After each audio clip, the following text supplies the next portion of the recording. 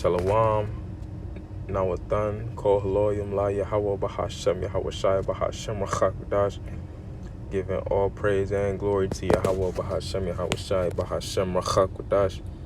Double honors to the apostles and elders of Great Millstone who rule and teach well where I learned this truth from. Peace, mercy, and blessings to the hopeful elect that believe on this truth and sincerity. It's your brother Yahweh Khan, coming through the spirit and power of Yahweh Bahashem, Yahweh Shai. From the GMS Cleveland branch, the Lord willing this be edifying. Just want to speak on, making not provision for the flesh, because the flesh is against the spirit. Now I'm going to open up with that, where I got that from. Romans chapter 13 and verse. I'm going to just right to the point, verse 14. But put ye on the Lord Yahweh Shai Hamashiach. Okay, because you put on one of two things. You either putting on the flesh, okay, the world, which is ultimately the spiritual demon Satan, and the vibration that is pushed out via his counterpart, the biblical Edomites, beginning with the wicked elite, or you put on Yahweh Shai, okay, via the Holy Spirit, which causes you to produce the fruits of the Spirit. Okay, so here in Romans the 13th chapter and the 14th verse, it says, put ye on the Lord Yahweh Shai Hamashiach, okay, and make not provision for the flesh to fulfill the lust thereof. Because when you read earlier, the verse above, it tells you to basically not feed the flesh. Okay, when it speaks about the rioting and the drunkenness and chambering and wantonness and things like that, that all comes from the works of the flesh. Okay, but when you put on Yahweh Shai, it causes you to not make provision for the flesh. Now, what is provision?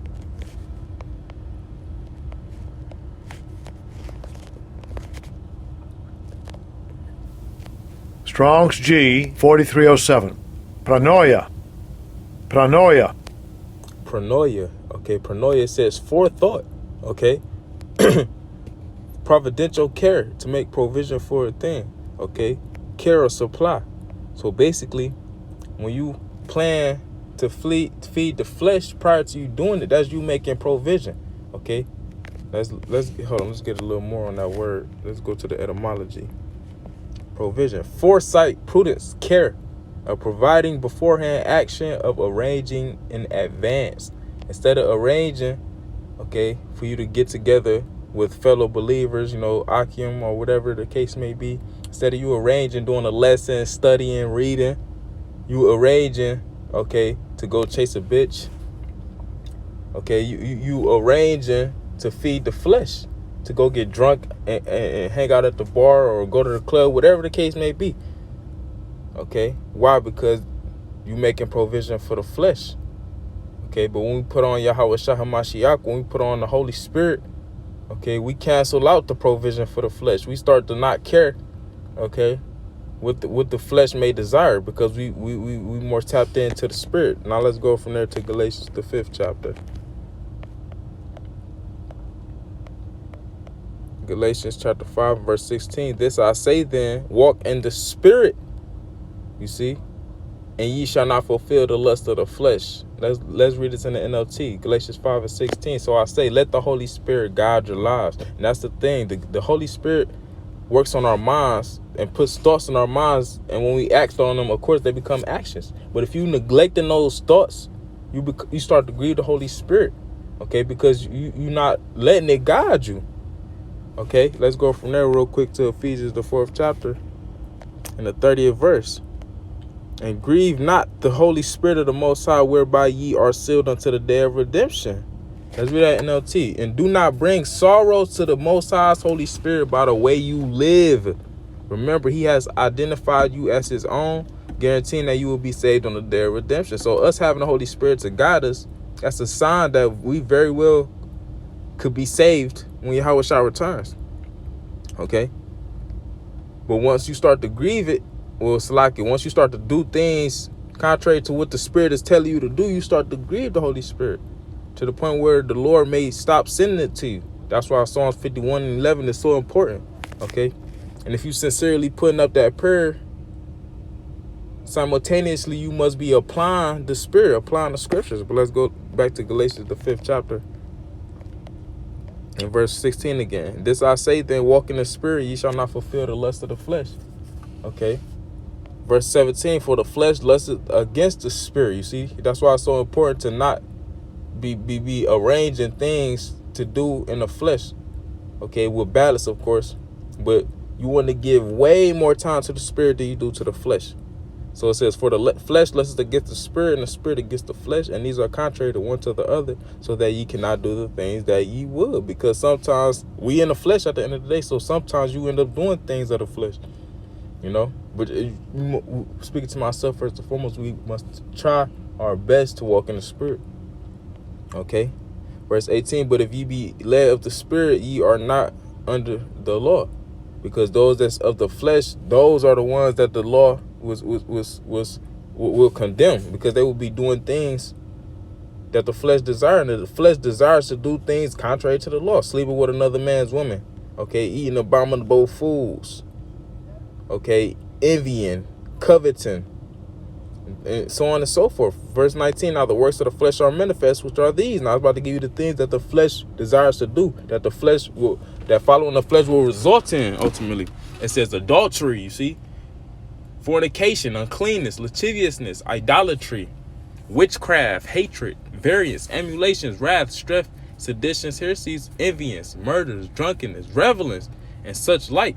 Of the which I tell you before, as I have also told you in time past, that they which do such things shall not inherit the kingdom of the Most High. Why? Because those that do such things is following the flesh, and following the flesh can lead up to what? These different actions that's listed here, and these different actions go against the laws, statutes, and commandments. And not only that, they go against the Holy Spirit. They go against the Spirit of Yahweh Shema Shah.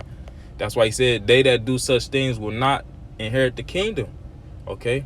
They not going to see salvation.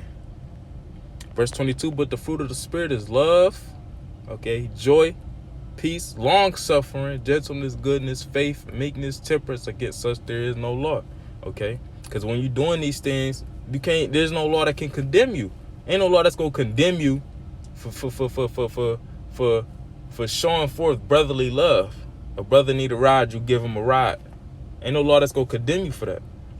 Okay, a brother might be rough around the edges, so you got to bear long with him. You got to show forth long suffering. Ain't no law that's gonna condemn you for that. Okay, meekness. The Lord putting you through hell, but you putting up with it, accepting what it is that He sends at you. Ain't no law that can condemn you for that, and so on and so forth. Okay. In verse 24 it says, and they that are Hamashiachs have crucified the flesh with the affections and lust. Why? Because if we be, hold on, let's go to that real quick. I don't want to butcher it.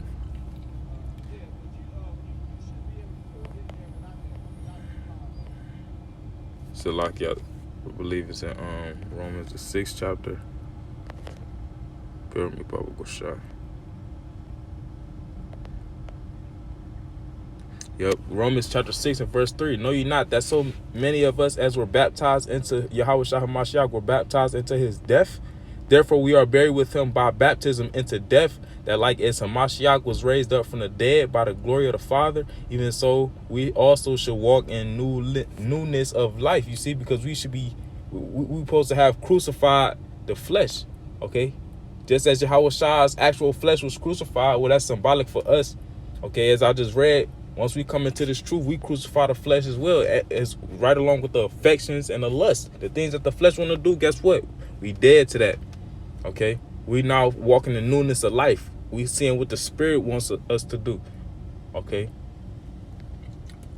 so let's go back to Galatians chapter 5 and read 24 again. They that are Hamashiachs have crucified the flesh. Why? Because they died.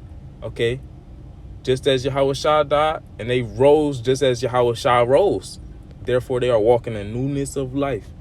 It says, and they that are Hamashiachs have crucified the flesh with the affections and lusts. Let's go into this word affections. Okay.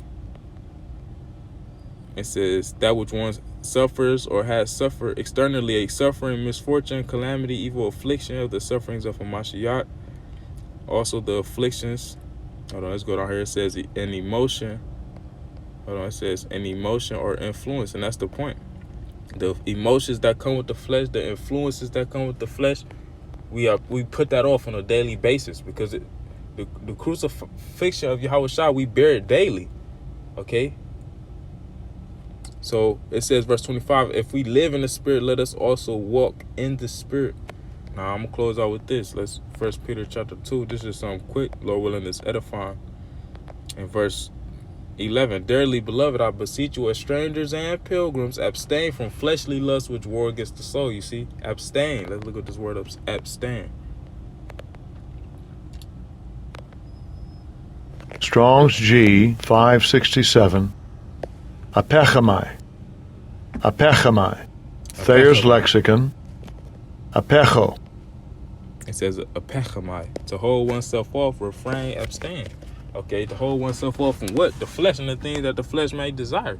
You might have to go without drinking. You might have to go without dealing with a woman. You might have to stay in the house more. Okay? You might need to refrain yourself from eating certain foods and things like that. Why? Because these things war against the soul. And also, this is all temporary. Let's read this in NLT and I'm going to close out. 1 Peter 2:11. Dear friends, I warn you as temporary residents and foreigners to keep away from worldly desires that wage war against your very souls. The world is against the Holy Spirit. That's why we use this word, not abuse it. Certain things we got to do, but we don't abuse it, because it could take us out the Holy Spirit. It could keep us from following the Holy Spirit. So Lord willing, this is edifying closing. I'm going to say, Kohaloyim la Yahweh Bahashem Yahweh Shai Bahashem Rachakadash. All praise and glory to Yahweh Bahashem Yahweh Shai Bahashem Rachakadash. Double honors to the apostles and elders of Great Millstone, who rule and teach where I learned this truth from. Peace, mercy, and blessings to the hopeful elect that believe in this truth and sincerity.